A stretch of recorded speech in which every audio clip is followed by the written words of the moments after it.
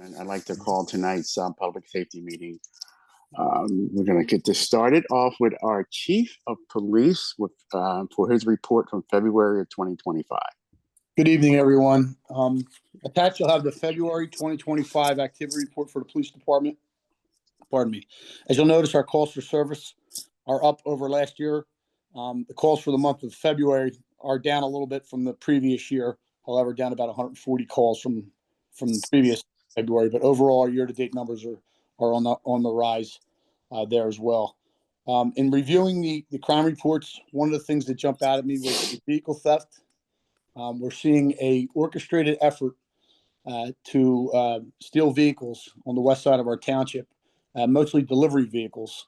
And our detectives are working on this, leaving vehicles unattended and running. We've had a number of vehicle thefts in the Winco Tower area in the past month or so, and our detectives are working on identifying those responsible for that. So that's why we see an increase in that number. And we are taking proactive steps to identify and make arrests in those cases as well for that incident. We began aggressive driving detail, which started March 17th. I know it's not February, however, just to let the public know that we're out there. That program runs to April 27th of 2025. So March 17th to April 27th is that designated area for aggressive driving details, and we will be participating along with our surrounding law enforcement partners in that effort as well throughout the township. Reviewing our numbers for speed citations and overall citations, we're going to continue to work on those numbers. The bus patrol numbers are still high. One of the conversations I had with Sergeant Murphy and some of our CRU personnel, looking at ways to reduce these in addition to what we're already doing, as you're well aware of what we're doing on that front, possibly addressing the locations themselves, identifying the high number of violation areas, looking at those locations, and perhaps another alternate location should be considered for the safety of children. So we began looking at that end of it as well, which is something a little different than what we have been doing to try to bring that number down. I just wanted to let the board know that. I know that this is a very important topic to the board, and I wanted to let you know that was the latest endeavor on that end of it as well. We've had a number of incidents that were reported on the news in the past month or so. We have some very good leads on the recent burglaries in Melrose Park and the Elkins Park section, the commercial burglaries there. I'm hoping for an arrest in that very shortly. And we'll let that play out, and hopefully I'll have an announcement I can share with the residents and with the Board of Commissioners on that those two cases as we get closer to those. We had a major incident this past week, over at the synagogue, Bethlehem Synagogue, where a person with a rifle was called in. Thankfully, it was an unfounded call. We responded appropriately and with due regard for the safety of all the students and faculty and staff at that location there. Thankfully, no one was injured. We had a significant turnout from our fellow law enforcement agencies there to come back us up with that, and it was a well-coordinated event, and I'm proud of our handling of that event. No one was injured, and like I said, thankfully, that was a unfounded job. It was a technology-tripped activation, and everything turned out to be okay, and everyone was safe there. Does anyone have any questions regarding the February report? Yeah, Chief, I have one with the bus patrol. Mm-hmm. Looking at the numbers and the number of school days, I did the math. It's about 26 per day. Mm-hmm. Aren't we down a little bit? Wasn't it much higher? We are down. Still, I'd love to get it down even more so. Oh yeah, definitely. As you said, I know this is important to the board, as I mentioned. We've been trying, as you know, the extent we've gone to try to address this issue and educate people and with this program, and the reaching out we've done with our legislature and all that to try to make this penalty a little bit more different. One of the things we're going to look at, as I said, is maybe possibly looking at these locations. Perhaps there's alternate locations that maybe can help reduce the number of violations there as well.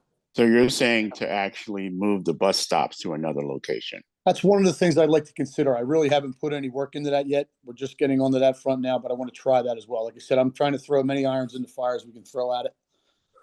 And that's something we just had a discussion on, and I'd like to try to see what ground we can gain on that to impact the total number of bus patrol violations. Okay. Well, just for my fellow commissioners too, I spoke to a commissioner in Abington who called me about our traffic calming, and he did tell me that they're getting ready to start the bus patrol program. Yes. There in Abington, As he called. I think that'll be helpful as well. The more departments around, Yes. it won't be that one off. We were the leader of the pack in our area down here doing that, being the first to do that. But Abington, Upper Moreland, I expect to follow. Upper Moreland is also, Upper Dublin, I expect to follow Abington as well. So you're going to see more and more of these townships participating in this bus patrol program as well as we move forward. Okay. Okay, Commissioner Rappaport, then Commissioner Cherko. Okay, thank you very much.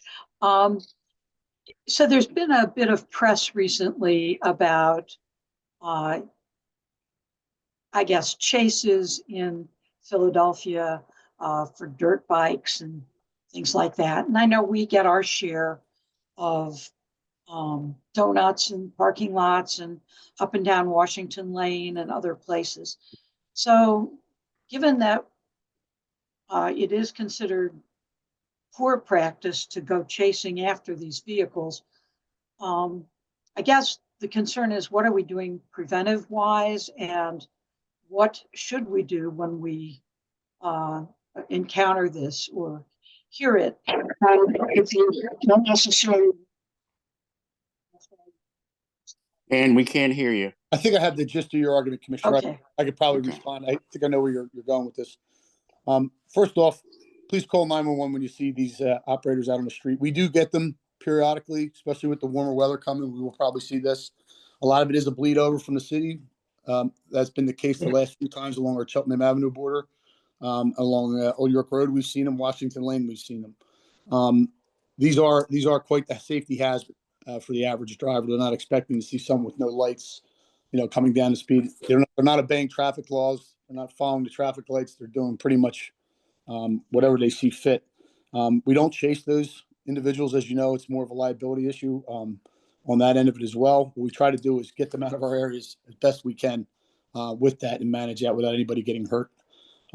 We've been successful in those over the years, but anyone who has, who sees this happening, please call 911 so we can respond appropriate. Could be officers just stopping the road and getting them out of the area and clearing cross traffic, those type of things, the events we're trying to do. And it is a public safety concern of mine, as it is all my fellow colleagues when they're dealing with the same issue here like that. So when we do get somebody, if we were to stop someone and you say there was a crash or something like that, we certainly would cite the person for that. But to actively engage in that is a counter to our pursuit directives, counter to what we do here. And I think that creates even a greater public safety risk as well. So we'll do the best we can to answer your question, to manage that event as safely as possible, to get them out of our area as quickly as possible as well, including some other tactics we can deploy to try to get them out of the area safely. Hey, Chief, to sort of jump on that too, in Philly, are they chasing them? Do you know? Philadelphia does chase them at times. Their policies are different than our policies. I can't comment on their policy and what their policies are with that, but I've seen it. You've seen it on the news. You've seen the Philadelphia Police Department engaged in those type of incidents and pursuits. But when you see those large numbers like that, it's very, very difficult, as even a few police cars, to try to make an impact on that and have a large crowd of that. And it is a safety concern to try to, you don't want drivers crashing, even if there are illegal drivers on dirt bikes and that. We don't want to see that happen. We don't want to contribute to that in any way at all. We want to try to, as I said, to try to mitigate that as best we can and get them out of our area. Okay, thank you, Commissioner Cherko.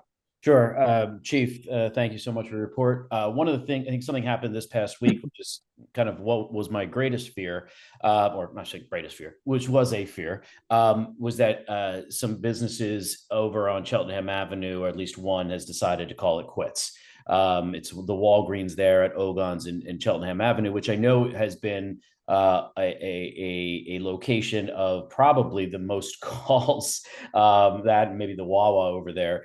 Do we know if Walgreens is pulling out of there because of the excessive retail theft that was going on there?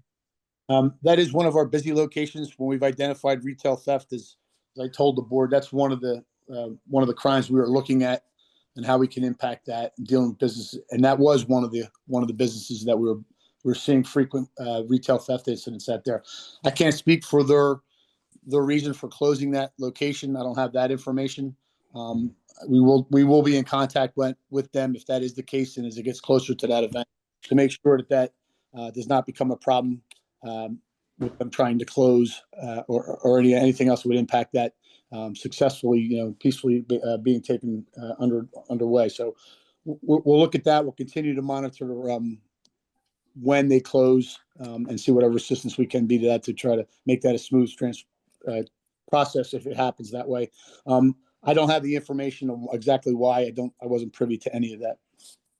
Sure. Yeah, no, I appreciate that. And I guess my concern wasn't so much about the process of closing, just more so that, the excessive retail theft that we have along that road. I had, said, a few months ago that my fear was that these businesses are going to start calling it quits and say, hey, we're done here. This is too much. And of course, any loss of business is not great for the township's coffers as well. And, was just kind of sad to see that happen. So anyway, thank you for that. But also, I mentioned to the commissioners before we went live today, I'm always happy to see a positive press, or not even press, but positive impressions of the police department in the community. And there was a TikTok video recently that I think really portrayed by someone in the community that portrayed the police in a very positive light. Two officers in particular, Day and Siebert, I believe.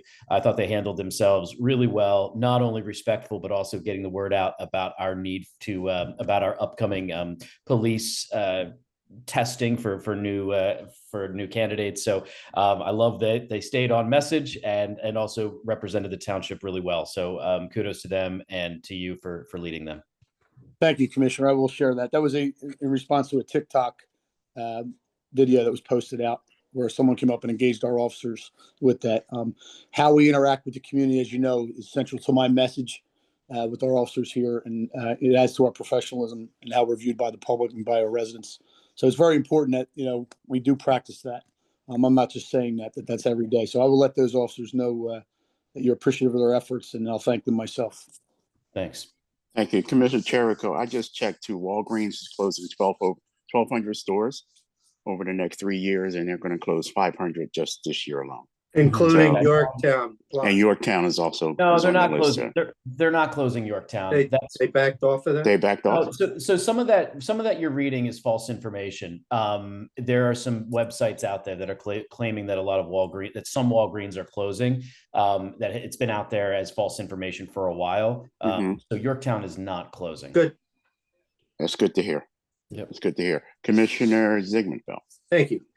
Chief, in continuing with the compliments, I had occasion to spend some time with socially with Judge Emmett Madden, and he complimented the Cheltenham Police to the point where he said, it's like dealing with the FBI, such a professional organization. And so I just want to say that you have a district justice who has significant interactions with our police and just feels like anytime he deals with them, everything goes according to plan. So let your officers know that the district justice, I know, and I'm sure it goes to the other side of the township as well. I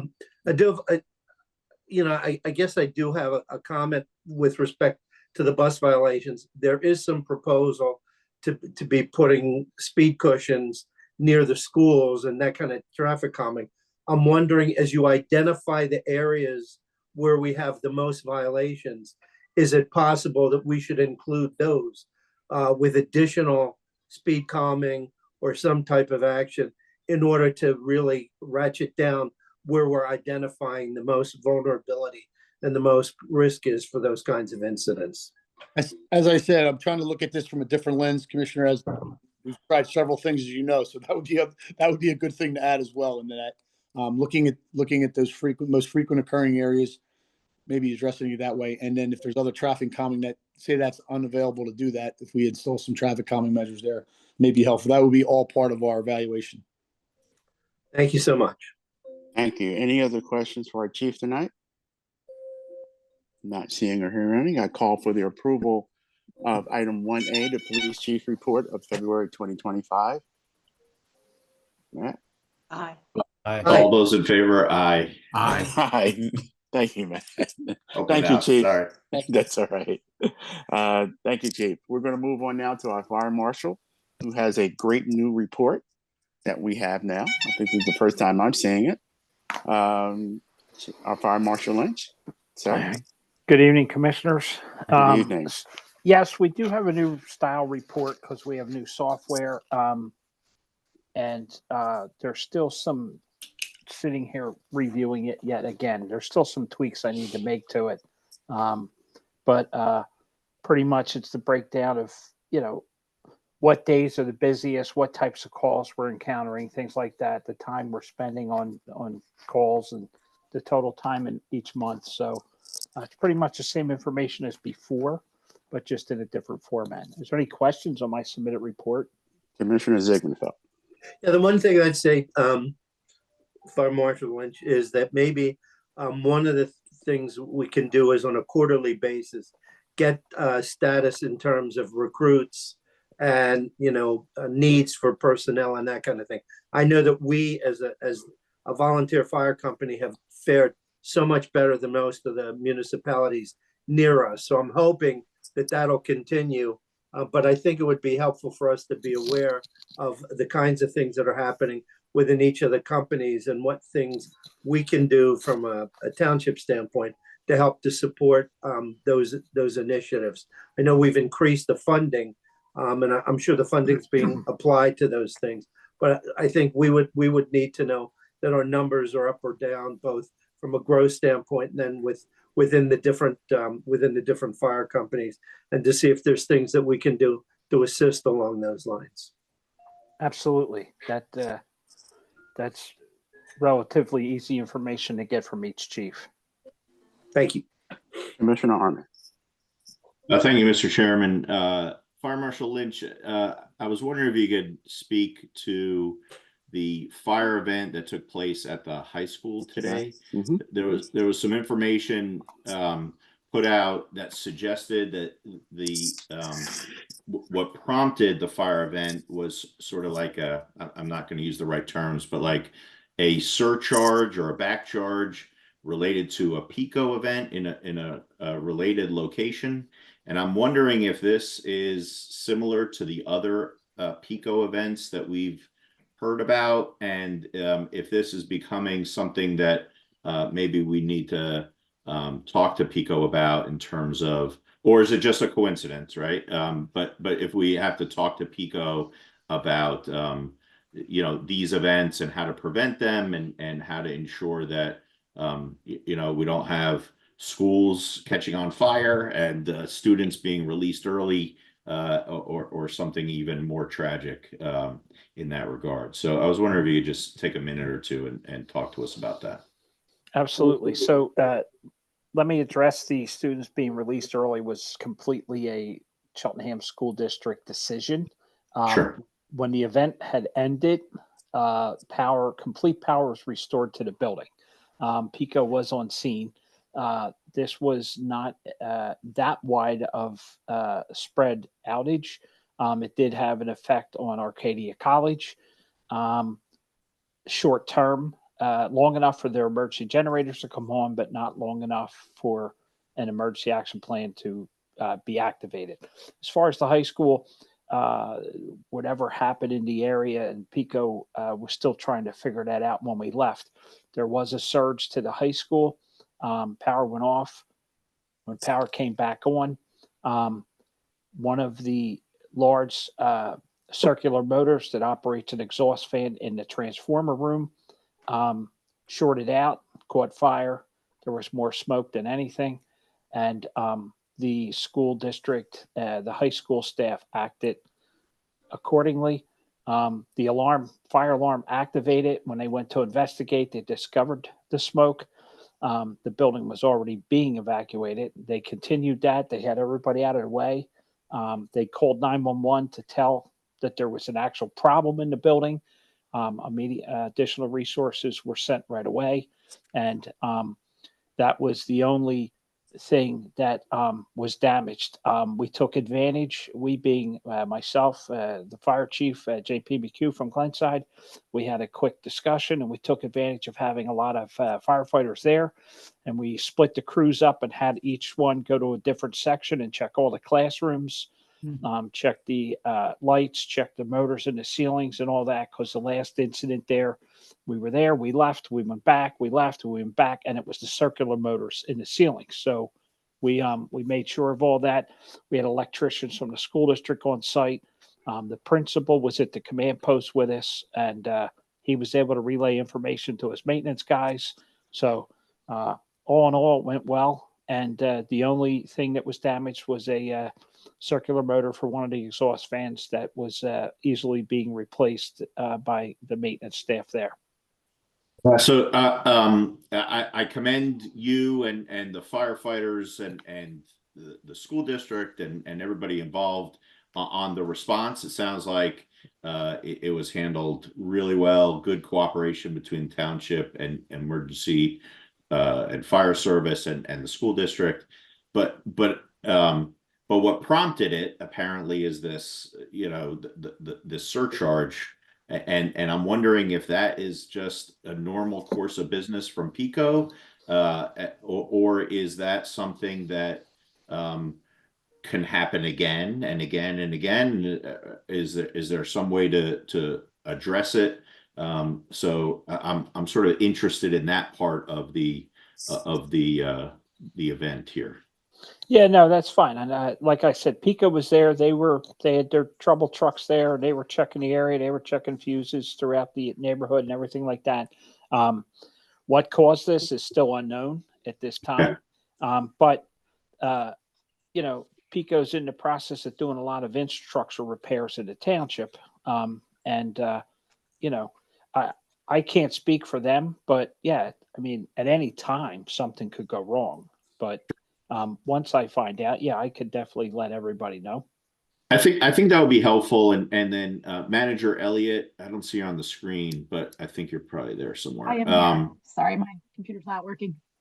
Okay. I think it probably makes sense for us to connect with PICO and maybe get some information on why this seems to be happening more frequently all of a sudden. Is it the work they're doing? Is it the aged infrastructure, or is it something else? And are there steps that could be taken by PICO to hopefully prevent these events from occurring? And again, certainly today was just disruptive, probably more than anything. But God forbid we encounter a more serious tragedy. We had some tragedies in some residential properties recently, and I think that it's worthy of some level of discussion. So if you wouldn't mind perhaps reaching out to our liaison and asking them if they want to come to a meeting, or if anyone else has any other suggestions, to answer some questions that we may have. Absolutely. We'll reach out to them and get something on the books. Thank you, Mr. Chairman. Thank you, Commissioner Harmon. Commissioner Rappaport? Thanks. Yeah, I'd go a little bit beyond where Commissioner Harmon just said, because this is not the first time this has come up before the board, and it's not the first time we've reached out to our liaison. So, yeah, I'd like to see a little more proactive engagement by our township, if it requires a political intervention as well, from some of our state reps, or bringing the PUC also to the table in these conversations. I think we have reached the point. I can think of 5 incidents alone since January. So I don't see just continuing to reach out to our liaison. Thank you. Thank you, Commissioner Rappaport. Any other questions in reference to item 1B, our Fire Marshal's report for February? I don't hear or see any, so I'm going to call for the approval of our Fire Marshal's report for February 2025. All those in favor, say aye. Aye. Aye. Thank you. Thank you, Mr. Lynch. We're going to move on now to item 1C, Emergency Medical Service Chief, Jessica Bartow. Good Hello, evening, ma'am. everyone. Good evening. Good evening. Attached is my report for March 2023. Does anybody have any questions? Any questions? Oh, Jeff, look like you're going to get off pretty even tonight. Anything you want to add? Do you guys want me to talk about that report, or do you want me to just email you all a quick synopsis, the report from the county? No, can you give us a synopsis? So I went through this, and mind you, this study is for the entirety of Montgomery County. So there are things that do not apply to Cheltenham Township, i.e. funding. One of the suggestions was that municipalities as well as counties start to invest in their ambulance organizations because there are areas in Montgomery County that do not give any funds or very minimal funding to their ambulance companies. So that was one of them, but that doesn't apply to us. So there were several things that just do not apply to Cheltenham Township. One of the recommendations was that there is interagency cooperation, which, and Ken can attest, we have had interagency cooperation with our surrounding partners for many years, even back into COVID. We had partnered with our other surrounding organizations to set up a decon area that each of us took turns so that there was no onus of responsibility on one specific organization. And we have continued that. We have very open communication with our surrounding areas.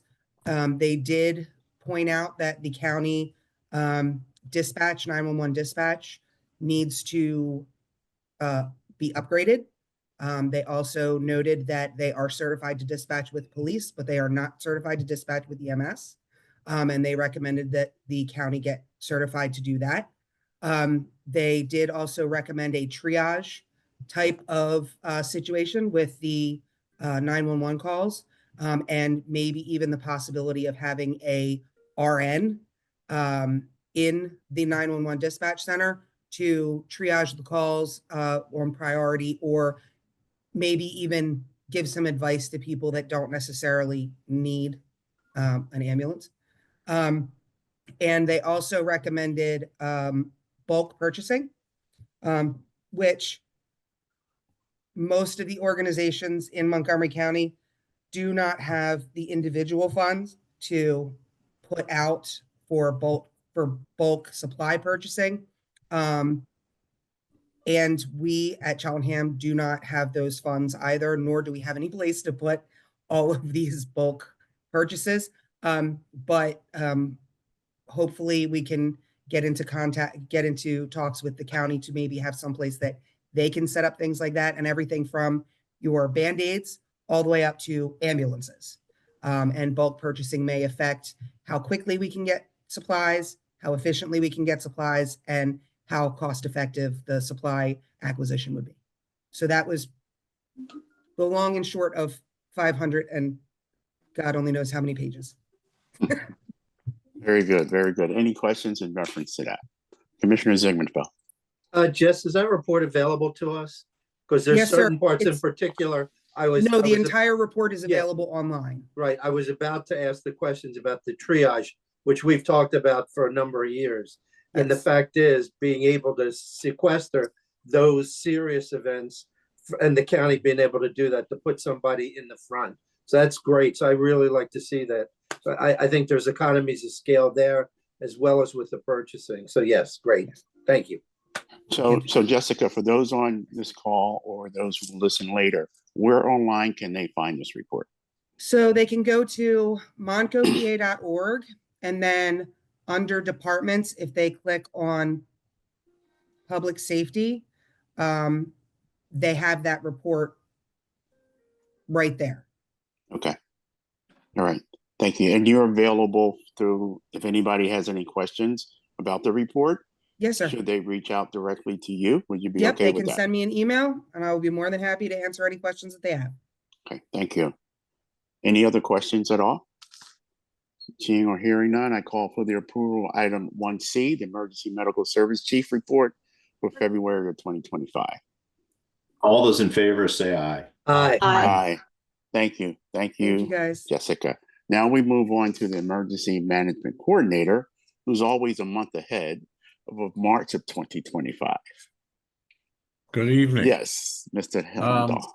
Nothing to add to the report, just to echo what Chief Bartos said. The cooperation in this end of the county is different than it is other places, and not just on the EMS side, but today we had an Eastern group meeting with people from all over the county to learn how to deal with nursing home emergencies and evacuations. And as a team, we'll do much better than it just being Cheltenham or Abington or whatever. There have been 3 around us in the last couple months, and there's a plan in place. So that's the only thing I had.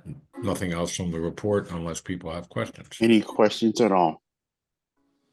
Nope, not seeing any. So we're going to call for the approval of item 1D, Emergency Management Coordinator's Report for March 2025. All those in favor say aye. Aye. Aye.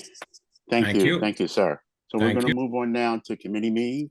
The fire board did not meet in March, but my favorite is traffic calming committee.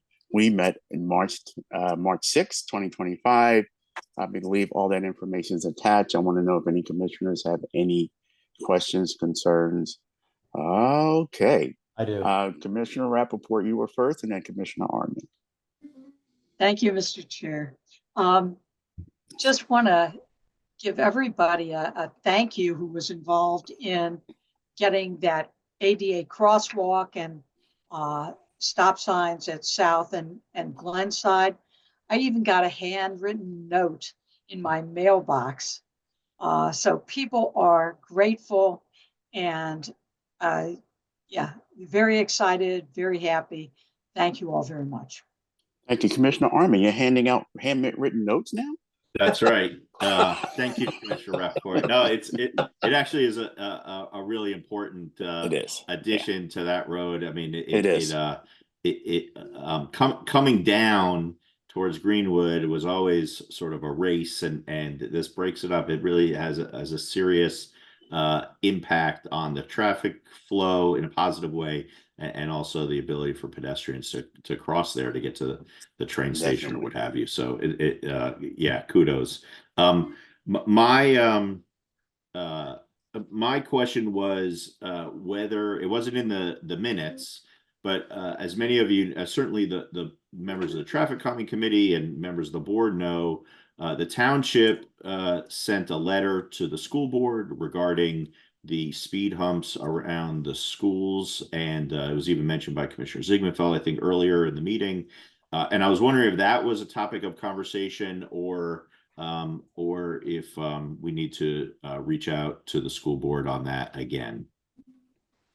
My opinion, I think we need to reach out. I haven't heard. I'll do that. Yeah, Okay. out to them. I haven't heard whether they approved it or they're going to go along with it. I don't know any other commissioners have heard anything. I have not. Okay, I just wasn't sure it was mentioned at the meeting, but I will. I would ask, like Allison, maybe you can reach out to them and see where they are in that process. Are you going to do it, Matt? Okay. I'll do it. Yeah. Okay. I just wasn't sure if it came up. Thank you. All right. The one thing I want to do before we move on, and I'll get the other 2 commissioners, I want to say, I don't know if the chief is still on the call, but I want to thank the community response unit. I mean, we hit them hard with a lot of this when it came to traffic calming, and they're right in the middle of all this and making this happen. So, Chief, I want to thank your community response unit that's really helping out and making this happen. So, just want to give them kudos. I'll pass that on, Commissioner. Thank you. Thank you, Commissioner Cherico, and then Commissioner Ziegmanfeld. Sure. Thank you so much. I just want to put this out there. Commissioner Brockington and I have spoken about this previously, but I do hope that in the upcoming June meeting, that I think Cheltenham Hills needs to be a topic of conversation. I just, Commissioner Brockington said, that is top on his list as well. Yep. That is an important road that I think is critical for traffic calming measures. It's a cut through for people who don't want to wait on traffic or on Church Road. And there are a ton of, there's just a lot of speeding and children along there, including children who have to cross that street for school buses, which is one of the reasons why we recently approved the design work for a crosswalk on that road. But I would suggest that crosswalk alone, is not going to be enough, and that we really look to see what kind of measures we can install there. Just for those who don't know, back in February, there was one car just driving along who hit a parked car on that side and pushed it so far that it ended up going in front of the neighbor's property. So, and this is not uncommon. It happens a lot. So I just hope that coming up in June, I will try to be there. But I think that's going to be an important topic to talk about. Well, Commissioner Cherico, I'm hoping maybe even before June, I have some news for you in reference to that particular location. That's the plan. I'm hoping to.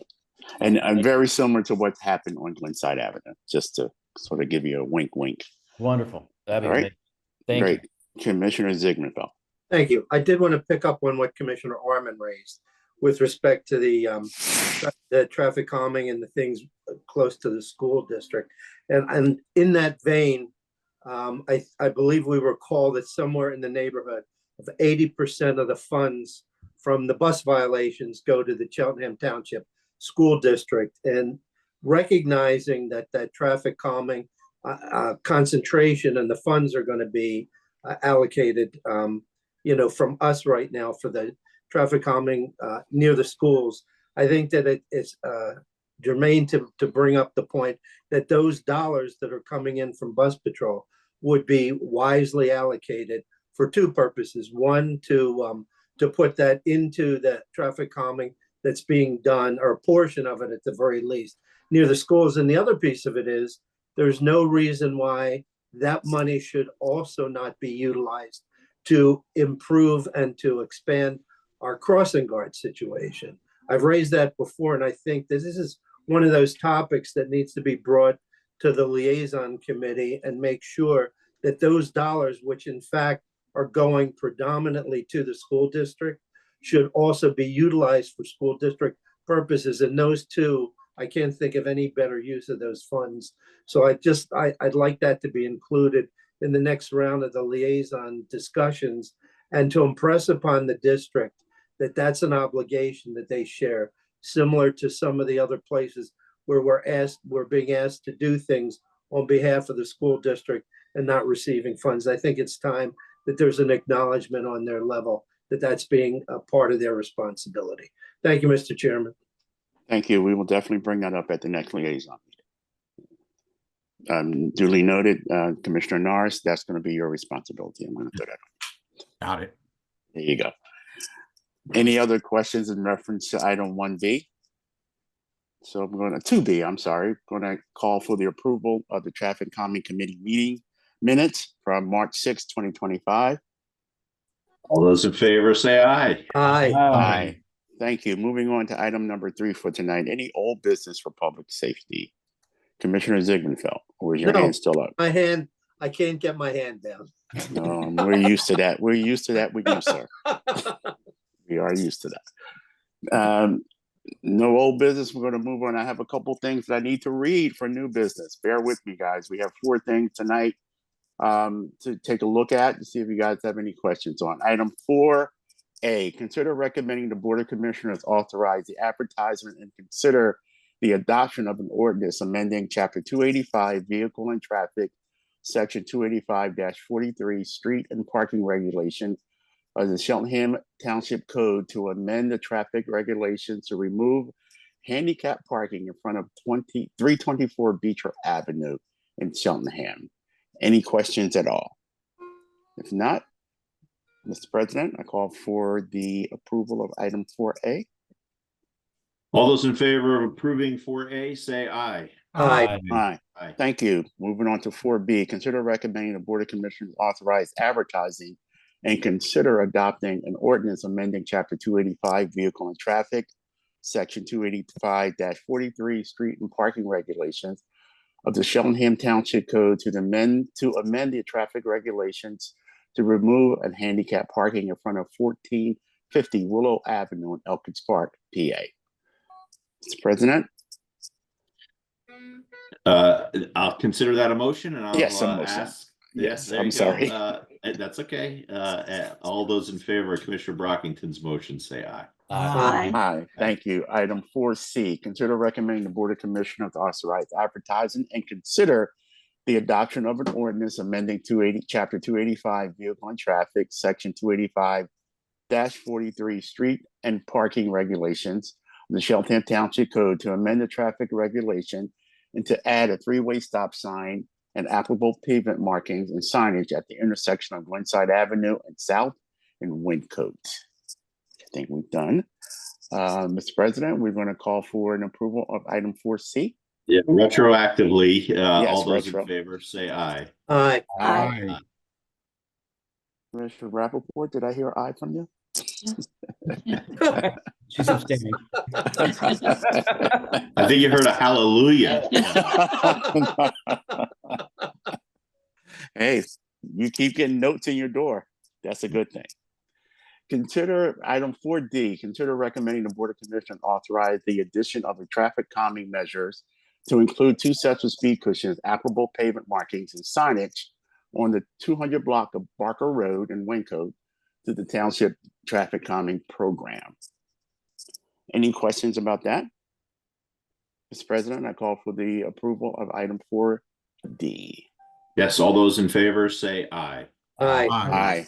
Thank you. We're going to move to 4E. Mr. Chairman. Chair. Yeah, I'm sorry, Commissioner That's Rappaport. okay. Yeah, just going back to the various new stop signs and things. I think I'd be remiss not to mention we're all walkers and drivers. It may seem obvious, but don't assume people will stop at the stop sign. It's still on you to be cautious and to make sure you wait until you see the behavior of the vehicle. So we don't want any false confidence because of these. And I just want that on the record. Yes, thank you. And we also want to thank our Public Works Department for going out there and doing such a great job in putting these signs up. So we're going to move now to item 4E, consider recommending the Board of Commissioners approve an Amazon purchase in the amount of $1,650 for 33 YubiKey 2-factor authentication and security keys to purchase from assets forfeiture funds. Chief, could you tell me what this is? I couldn't even read it. Yes, sir. This is in consultation with our IT. It's a security measure. It's an extra layer of authorization to get into our system. So it's a fob that would be issued. So okay. That in addition to authentication to enter into our system. Okay. Any questions to the chief about this item? Nope. So I'm going to call for the approval of item 4E. All those in favor say aye. Aye. Thank you. Consider item 4F. Consider recommending the Board of Commissioners approve the installation of graphics for the crime scene truck from Traditional Sign Company in the amount of $3,360 funded through a police donations. Chief, you want to just give us a little bit on what that is? Yes, sir. As you know, we purchased this vehicle, originally tried to purchase it back in 21. It was quite the endeavor. Ford had dropped our order. We had to reorder it again. We finally took possession of it. This is the markings on the outside of the vehicle to identify it as a Cheltenham Township police vehicle. This is the wrap that goes onto the vehicle inside. And this is in conjunction with the next item as well in the outfitting and upfitting that truck for service. I'm excited for the opportunities this is going to present. And this item F is for the graphics for the vehicle. Okay, great. Commissioner Norris and then Commissioner Rappaport. Thank you. Chief, can you give us a little more explanation when you say it's funded through police donations, the process or where those funds, who's making the donations? We have received donation funds from the Greek Orthodox Church for one that comes to mind right off the bat for the two vehicles, actually, our command vehicle and this vehicle. They made donations from. This is a compilation of donations that were made to the police department. And that's where this is going to come out of. So perhaps I can discuss this with you offline if appropriate, but my follow-up is, are these recent donations, and do you have a process where the police department's soliciting donations, or are these unsolicited?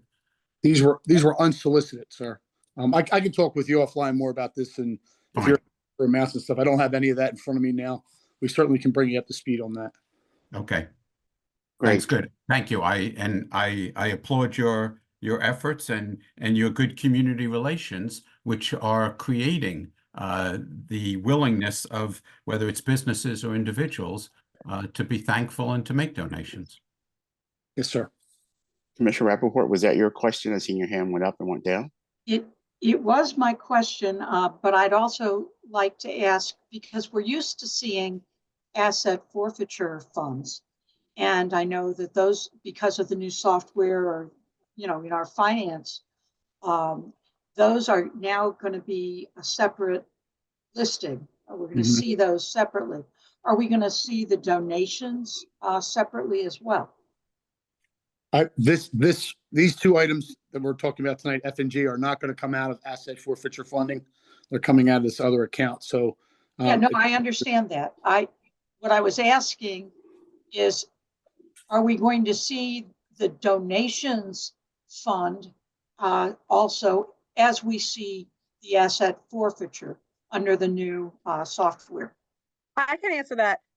So the police donations have been separated aside in the special fund, similar to asset forfeiture and the historical commission funds, as well as any memorial donation funds. Currently, I don't have a story that's being presented, but I can certainly have one next month for you that would show those specific funds as a separate story, like I have for all of the others, if you would like. Thank you. Yep. That'll be great. Thank you. All right. Any other questions? Not seeing any. All right. So we're going to call for the approval of item F tonight. All those in favor say aye. Aye. Aye. Thank you. We're going to move on for the last item tonight. Hold on, my screen went black. Consider recommending the Board of Commissioners approve the upfitting of the crime scene truck by Havis in the amount of $24,255.27. This is also funded through police donations. Not seeing any questions. Mr. President, I call for the approval of item 4G. All those in favor say aye. Aye. Aye. Thank you. All right, we're going to move on down to 5, citizen forum. Any citizen forum for public safety tonight? Mr. Tom Mullins, go ahead, sir. Yeah, it's Teresa again. Hi, Teresa. Teresa, you put You're on yourself mute. on mute. You put your back on mute, Teresa. Nope. Yeah, you're back on mute again. Okay. There you go. Yeah, I'm on Tom's computer. My computer's continually broke. So I wanted to backtrack a little bit on something that I have talked to Chief Slavin's office about. On Saturday, about 2 weeks ago, at the end of March, as I was leaving a meeting at the library, coming from Elkins Park, I was passed again across the double line, doing the speed limit by a turbo car with tinted windows, and we had to sit together at 2 different lights, and she got kind of, the woman in the car got kind of fresh, and we just kind of let her pass, but she was not happy that I was taking a picture of her license plate. This was at 4 o'clock in the afternoon, and by 6 o'clock, a few hours later, there was an accident at Church and Bent where the car flipped over, and one of the neighbors had witnessed it. And when they approached the car, the driver of the car in the flipped car at Benton Church was not responding. And my understanding through Chief Slavin's office, that there was, the person in the car refused medical treatment and transport to the hospital. Once again, it was a turbo car with tinted windows, and this seems to occur a lot in our area along Church Road with kind of reckless drag racing on the weekends. And I guess I'm requesting that we have some enforcement along these roads. I know you don't want to chase after these cars, but it continues to happen, and particularly on weekends. So I just wanted to bring that up again. And thank you, Chief Slavin, for being so attentive to these matters in the township. Thank you, Teresa. We're going to go to Mr. Bill England.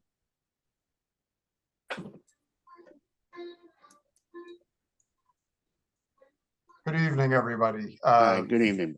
Thank you. So I wanted to talk a little bit about, this was just covered a few minutes ago, the traffic calming measures around the elementary schools.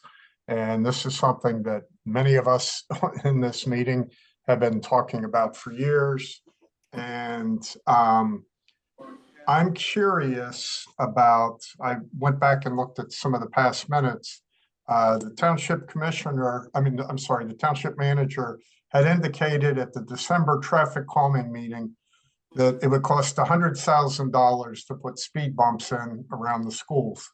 And that I don't know, that seemed high. In the newsletter that we just got this week from Cheltenham, nice publication, there is Commissioner Norris talks about money has been put into the budget for speed bumps or whatever you want to call them around the elementary schools.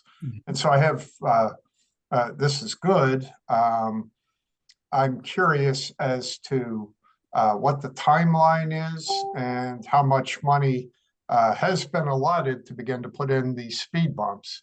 I heard clearly what Commissioner Zygmuntfeld said about the school district and the bus fines. I had no idea myself what happened to that money, but I'm curious, have you put money into the budget and what's the timeline to begin this work?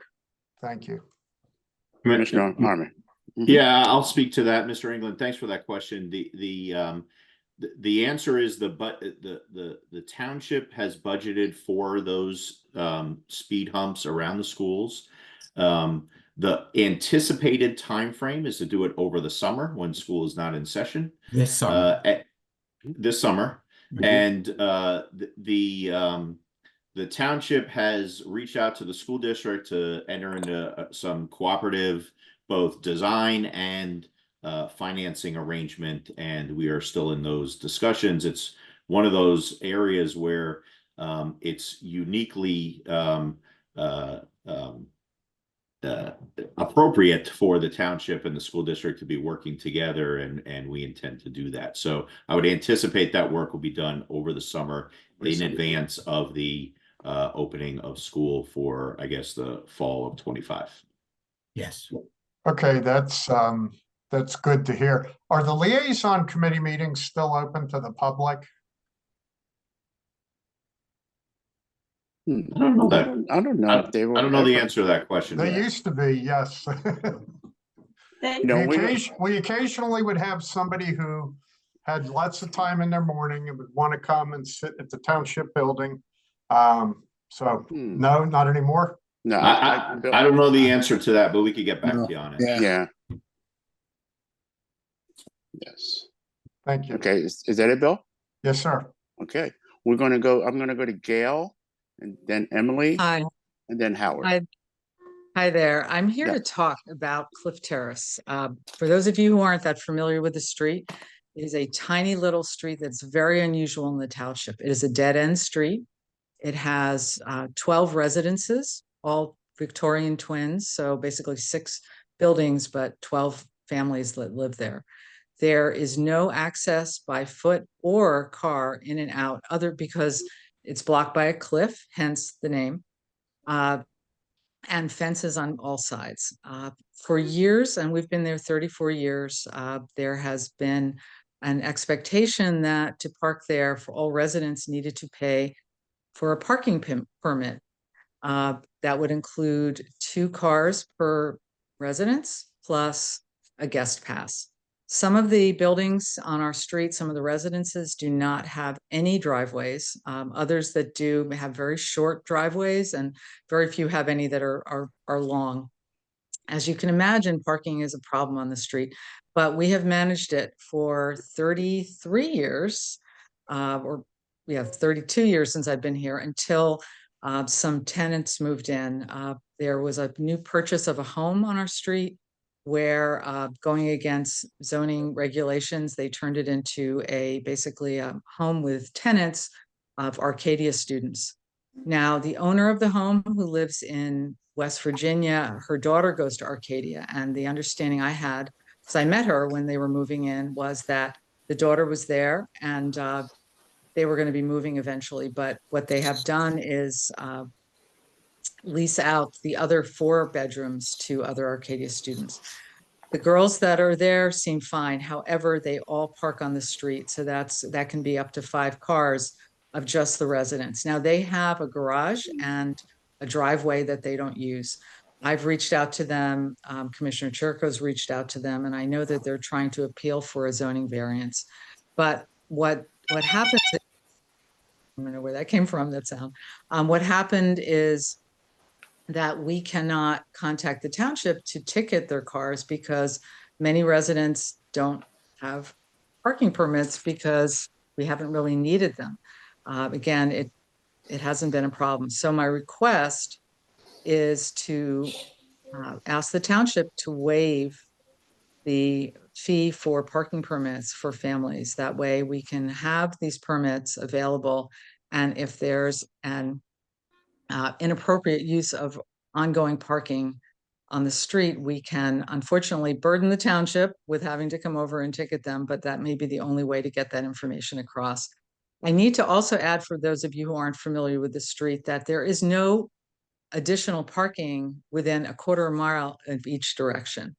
So the street is perpendicular to Glenside Avenue, where obviously there's no parking. Then to go one side, you have to go up Greenwood Avenue over to Fernbrook.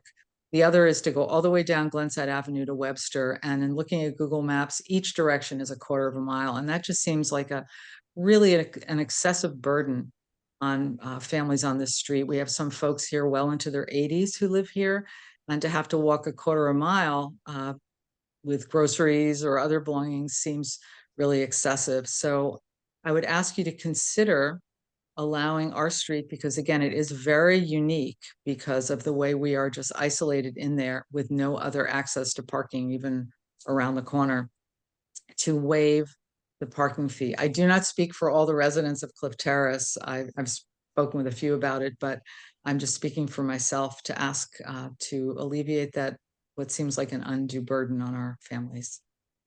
Thank you, Gail. Ed is not on this call. I guess my question was, if we waive parking fees for one street, how does that affect us with parking fees that we charge on other streets with other residents? Does anybody know the answer to that question? The answer to that, but it's Ms. Post, thank you for those comments. Thank you. It seems to me that that waiving the fees is not really the answer here. It's just having the having the parking permits, and so if folks are getting parking permits, which the way I understood it, and we could look into it more, is that they didn't do it because it wasn't really needed, but now it's needed. Right. It seems to me that people should get the parking permits. And then it could be enforced. But perhaps we need more information, and certainly Ms. Post, perhaps you could reach out, or you said that Commissioner Cherico was involved. Perhaps we could talk with Commissioner Cherico and the township. We are in the process of vetting a new parking ordinance in the township, and maybe focusing on your particular street as part of that would be helpful. We could get Manager Elliott and Megan Hart, who's spearheading that effort, to weigh in on that. So certainly something to continue the conversation on. I just want to add that we could appeal to the township to get parking permits. That's not a problem for anyone who's a resident. It's more that our street is really unique in that we can't just park on the next street over or park around the corner without going literally a quarter of a mile. Whereas many other streets. But if you have the permit on your street, then you'd be able to park there, right? Right. So I'm asking to waive the cost for residents who live here so that we don't have to pay every year, every other year for the right to park here on our street. Thank you. Commissioner Rappaport? Thank you. Well, I heard a whole nother dimension there, being the fact that there is a home there that's being used inappropriately, and maybe counter to our ordinances. So I would ask our code enforcement to get involved as well. Well, they already are, and in fact, the email that that we received this week, that's going before the zoning hearing board, is for that property. Okay. There was an email that I went out, I think yesterday or the day before. One of the properties is terrace. Whose phone is that? So yeah, that's going before the zoning hearing board. Okay. Thank you. Thank you. Thank you. Thank you. We're going to move on to Emily and then Howard. Hey, everybody. I just had something I just wanted to bring up, and I'm not even sure if it has to do with public safety, but I just wanted to get it on the record. There's the trash situation on Church Road is between like where they're doing all the work. There's a lot of people throwing trash out on the sidewalks, or not sidewalks, on the wherever, between Greenwood and Rice's Mill. And we're wondering who is going to be in charge of that sort of going forward. Is that the township's responsibility? Is that homeowners' responsibility? It's just, I mean, people are just chucking stuff out the window. So just kind of want to know if there's someone here who can answer that. I'm going to go ahead, Commissioner Lewis.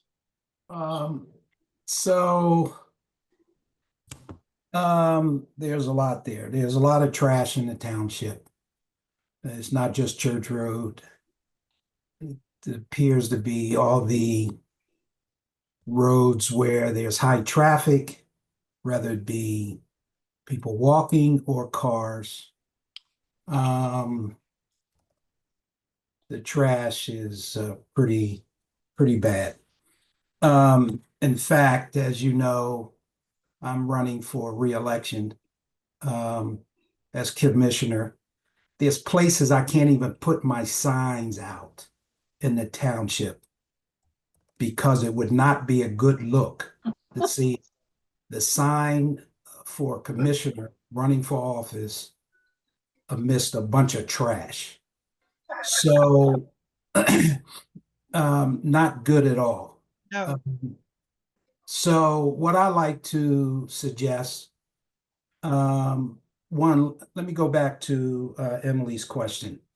I think if the trash around Greenwood and Church if it's more debris than trash, then we ought to get PennDOT to clean it up, fix it up, do whatever they can to make it aesthetically pleasing. Maybe some kind of a fence or something.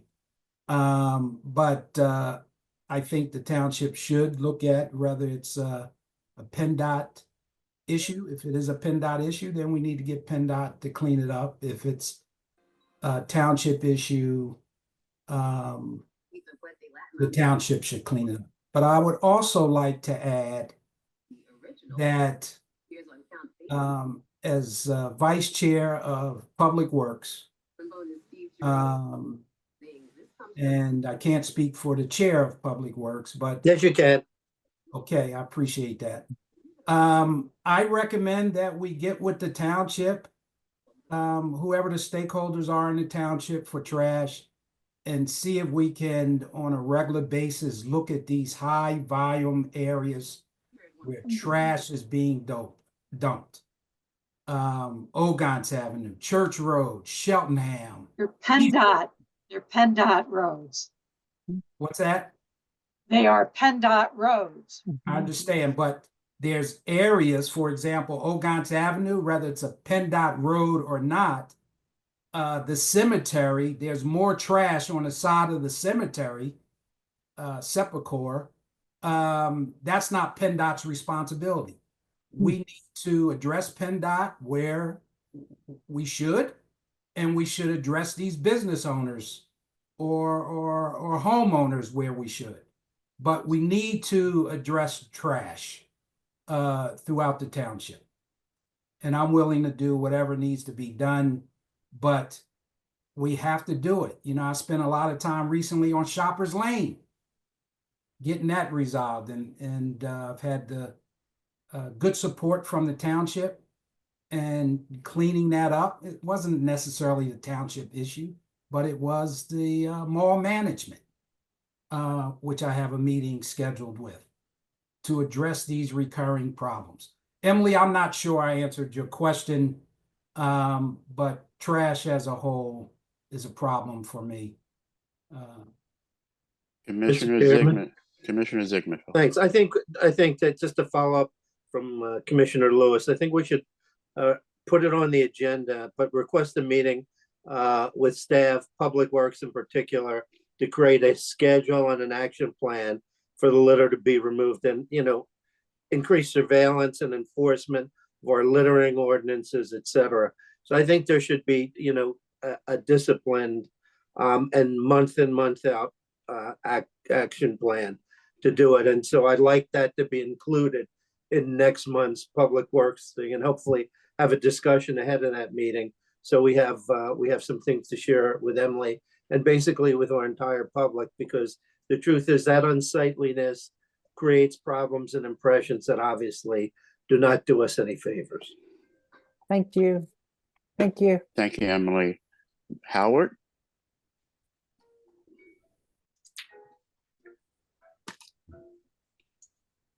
Is he still there?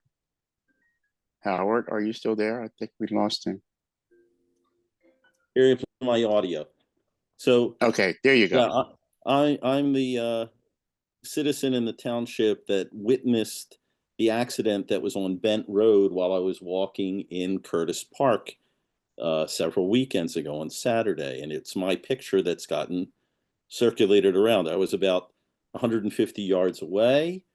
I called 911, and I know what I saw. I heard the screech. I saw one vehicle try and get around another as it was heading west, you know, towards Arcadia on Church Road. And I saw the red car do 1 1/4 flips. And then I approached close, and I had called 911 and took some pictures. It was pretty startling. And it is surprising that the individual refused medical. It's I don't know. What I'm trying to understand from EMS standpoint, public safety, is that given what I saw, it's hard to imagine that someone was in their right mind that they could make a rational decision. So part of my concern, just for public safety, is there, I guess you can't force someone to go to medical things, but maybe is there a matter of training to say, you might not be able to make this decision. Under an abundance of caution, we strongly urge. I don't know if that's what happened, but well, can I pause you right there? I want Jessica to jump in, and maybe she can answer your questions. Absolutely. So due to patient privacy concerns, I cannot speak about this specific incident. However, I can speak in generalities. If you are conscious, alert, and oriented, and you do not want to go to the hospital, we encourage everybody to go to the hospital because we are EMS. We do not have all of the technology and training that the doctors in the emergency room has. However, we cannot force somebody to go to the hospital against their will, regardless of if they are not a danger to themselves, if they are not a danger to others, as in are homicidal or suicidal. If they are conscious, alert, and oriented, then we have a refusal form that is on the Pennsylvania State Department of Health website that you can view. It has all of the questions. Is the patient conscious? Are they alert? Are they oriented? Do they know who they are? Are they under the influence? If these things are all equal, then they are more than welcome to make poor medical decisions. We can't, unfortunately, you know, there is a saying that you have the right to make poor medical decisions, and we do not have the right to kidnap you just because we feel as though you're making a poor medical decision. And unfortunately, under the law, it is considered kidnapping if you do not meet those criteria and we take you against your will. I got you. I'm just surprised. I'm just surprised given what I know about head trauma. It's not necessarily immediately clear whether or not someone has a brain bleed. Mr. Chairman. Yes, sir. Now we're speculating about what's going on. I think. But here, so let's keep it to 3 minutes, please. Well, that was part one. So my home is on Church Road and Heacock, and there's plenty of trash and things that happen with high rates of speed, loud noise that I hear all night, time of night, just from people having their radio so loud I can hear the lyrics in my house with the windows closed. In addition to, I guess, lacking proper, mufflers and things like that, adapted stuff, and also just noticing that it's very common now, more than I ever recall, to see vehicles driving through the township. Doesn't just have to be PennDOT, but it might be a sign of the times where headlights are out, turn signals are out. So I don't have an answer. I just know that it is certainly seems more treacherous. I'm not saying this is a fault of Cheltenham. It's not, but it's how does sustainable Cheltenham work towards having safety reestablished? And I hear you're working at it. So that's a question. Thank you, Howard. Thank you very much. I don't see any other hands up for public comment, citizen forum. So I'm going to Tom. Teresa, are you back? Again. I have a really quick question. I know by HIPAA laws we can't question an accident that's under investigation or obtain information. Right then, was this person ticketed? Teresa, you've answered your question when you made the statement up front. We can't. So let's move on. We have to move on from this. That's not. What about someone Teresa? being We're ticketed? moving on. Teresa, we're moving on. All right. Thank you. All right. So we're going to call for the adjournment of tonight's public safety meeting. All those in favor? Aye. Aye. Thank you.